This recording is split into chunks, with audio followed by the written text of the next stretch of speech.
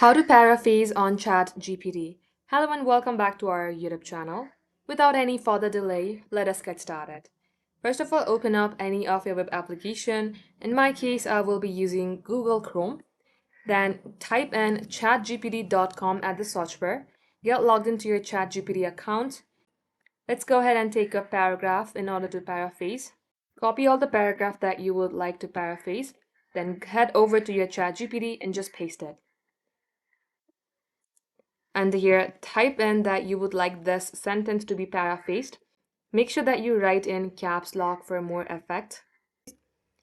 If you would like this sentence to be paraphrased in brief or detail, you can type in paraphrase this sentence in brief.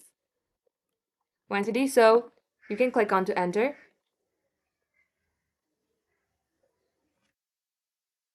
And after some time, this sentence will be paraphrased by ChatGPT. If you would like to add any more details, all you have to do is type in the message here and click on to send. That is how you can do it. Thank you for watching the video till the very end.